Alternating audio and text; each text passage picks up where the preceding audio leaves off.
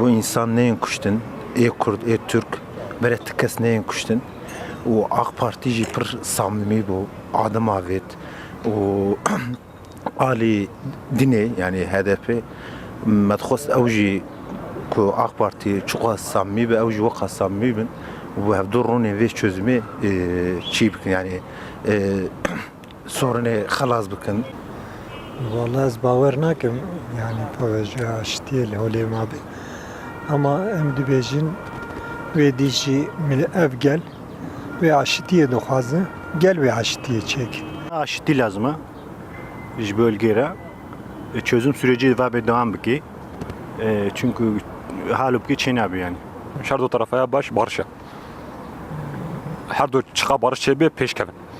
Çözüm süreci şu peşici duvatın ama evknetkir ve gajı devam nak vavernak. Dağwazam barışa çözüm süreci bırak çebi. از باور نکن پشت و ساعت بار سرعت دوام بکه هر تشت قضیه اوقات نامزد ما اوقات جبو بارش جبو و çözüm süreci اوقات mücadele kirin اوقات çaba sarf etmiş kirin le devlet Türk AKP ve peskere da cevap ne da somut adıma da ne kir